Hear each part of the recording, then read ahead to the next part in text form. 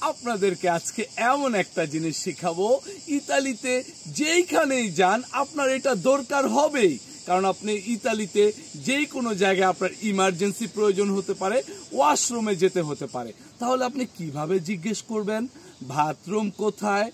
দove il bagno? কিভাবে জিজ্ঞেস করবেন বাথরুম কোথায়?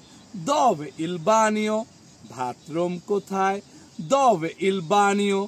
যদি ডানে হয় a destra, যদি বামে হয় a sinistra, যদি সোজা vai dritto, সোজা যাও vai dritto, পেছনে indietro। তাহলে আজকের পরে আর কখনোই আপনার ভুল হবে না। বাথরুম কোথায়? dove il bagno? বাথরুম কোথায়? dove il bagno? আর কখনোই লজ্জা পাবেন না জিজ্ঞেস করতে। এই যে শিখে গেলেন সজীব স্যারের সাথে, বাথরুম কোথায়? dove il bagno? ওকে, চাও চাও।